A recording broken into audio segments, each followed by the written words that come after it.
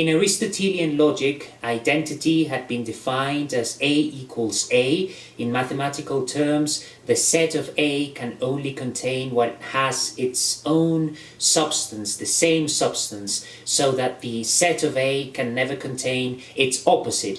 If A contains its opposite in terms of Aristotelian logic and mathematics, then that would be a contradiction. However, Hegel completely transforms the notion of identity and discovers the positive aspect of the concept of contradiction.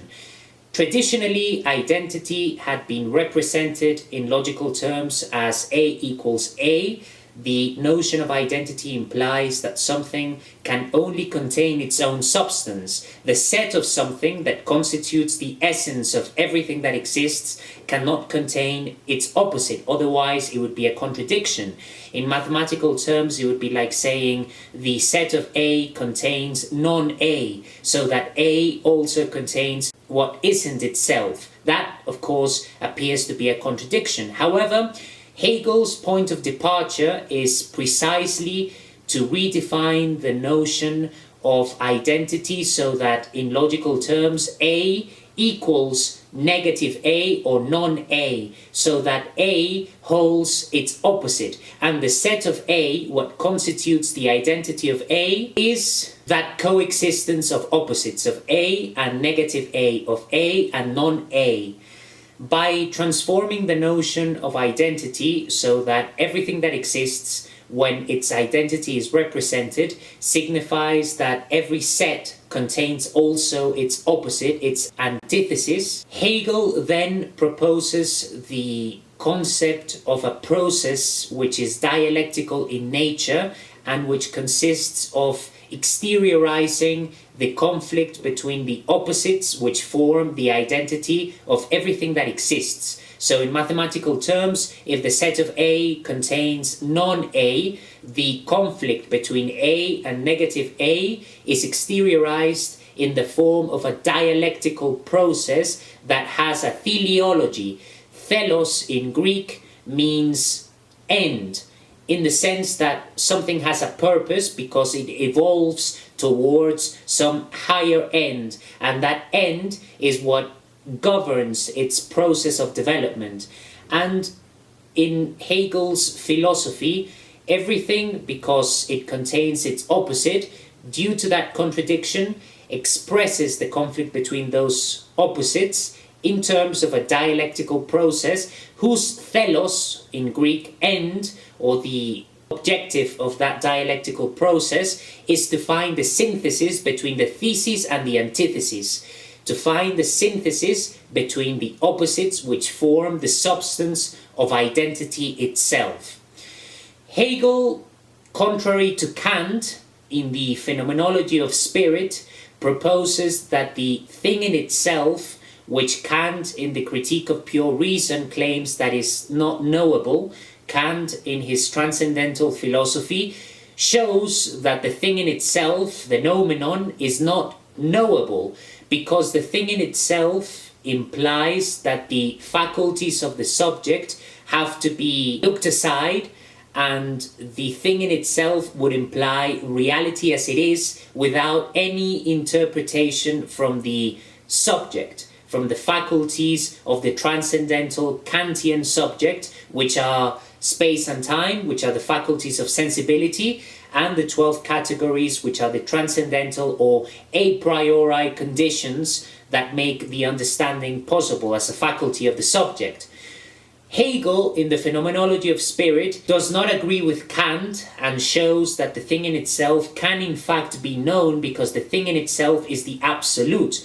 The absolute, for Hegel, needs to objectify and exteriorize itself, and when the absolute objectifies and exteriorizes itself, exteriorize in the sense of moving out of itself, it projects itself in the same fashion that a face, for example, is projected on the surface of a mirror, and it projects or objectifies itself in what it isn't itself, so in its contrary, in its antithesis, in its opposite. And that opposite of the absolute is the subjective, is the partial, is the non-determined. The absolute then becomes the Welt-Geist, which in German means world spirit. The world spirit, which is the projection of the absolute in history, has a geographical movement, so that the Welt-Geist, which is the absolute objectified in the dialectical process of history, first begins its teleological process of knowing itself, because the thelos of the dialectical process of the absolute projected in the dialectical process of history is for the absolute to know itself. So that thelos begins in China, and the Welt-Geist goes from China to India, to Persia, to Greece, to Rome, and then finally to Christian Europe.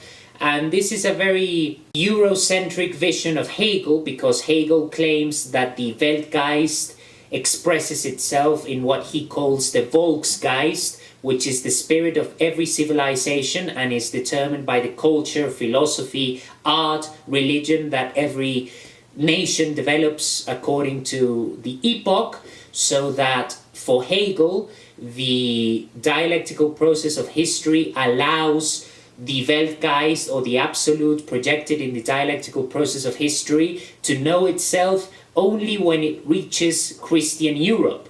Before, in China, in Persia, in India, in Egypt, because according to Hegel, the Egyptians, the Persians, the Chinese didn't have a notion of freedom apart from the freedom of the despot. The despot, the tyrant, the king, the emperor is the only one who is free in Eastern societies. Hegel claims that because the despot is the only one who is free in Chinese, Egyptian, Persian societies, then there is no social awareness of freedom. And because there is no social awareness of freedom, the Volksgeist cannot lead the Welt-Geist, or the world spirit, or the absolute projected in the dialectical process of history, to know itself. However, for Hegel, it is on Greece that a notion of freedom begins to arise that is not simply held exclusively by the despot. So that in Greece, with Athenian democracy, a notion of freedom begins to develop, but it's imperfect, because in Athenian democracy, and this is something that Hegel recognizes, only citizens, male citizens born in Athens can vote, whilst slaves, women and foreigners are excluded from the vote in the agora. So it is, according to Hegel, in Christian Europe that a true notion of freedom is acquired, and therefore the Welt-Geist, through the Volksgeist of Christianity in the Middle Ages in Europe and onwards, can begin to know itself, because there is a notion of freedom that is not exclusive to the despot.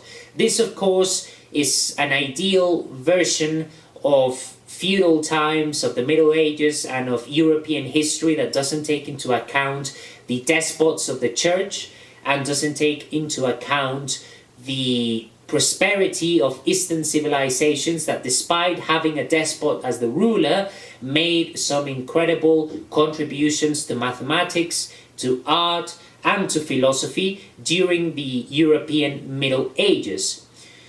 Hegel sees the thelos of the dialectical process as something analogous to the finality of the development of a seed. Now, let's imagine a seed. The seed develops itself through time in order to become a tree or a plant or a rose. So the thelos of the development of that seed is precisely becoming that tree, that plant, or that flower. Aristotle called this thelos potentiality. So the potential of that seed is becoming a tree. It hasn't become a tree yet, but its purpose in its development through time is to become that tree. It is a tree only in potence, according to Aristotle. Hegel returns to that Aristotelian notion of thelos and potentiality, and is going to claim that the finality of any dialectical process, understood as the conflict between objects which is exteriorized, and this is an ontological claim because Hegel is saying that all being is defined as a set which contains its opposite, and it is due to that contradiction which the dialectical process which governs the development of everything that exists emerges from, beginning from the absolute which needs to project itself onto that which is its antithesis, that which is its opposite, all the way to human beings, animals, and everything that exists. The thelos of the absolute is to know itself through the dialectical process that implies the projection of the absolute onto its opposite, and therefore an exteriorization of opposites in conflict. That is the essence of dialectics as Hegel understands it. Now, the other element of Hegel's philosophy that is crucial to touch upon is the theory of recognition or acknowledgement, which Hegel describes in the Phenomenology of Spirit, and which the young Hegel works upon and is returned to by Axel Honneth of the third generation of the School of Frankfurt, which with his theory of recognition and the struggle for recognition. Hegel, in the Phenomenology of Spirit, proposes 3 levels of recognition. First of all, he claims that the lowest level of recognition, which is determining self-consciousness, that is, the way in which we determine that we are self-conscious beings, and the lowest form in which we can do that is desire. When we say, I want to eat, I want to, whatever it is, that desire expresses the affirmation of self-consciousness. It kind of resembles Descartes' cogito ergo sum, which is the axiom of his philosophy, that which is excluded from methodical doubt, that which we cannot doubt of, which is the fact that we exist because we think. And Hegel, when he identifies desire as a way to determine the fact that we are self-conscious beings, is also determining the fact that we are determining the I through desire. I desire whatever it is that we desire. That desire is determining the I, the subject, our consciousness. But that is the lowest form of recognition. After desire, we have the dialectics of the Lord and the slave.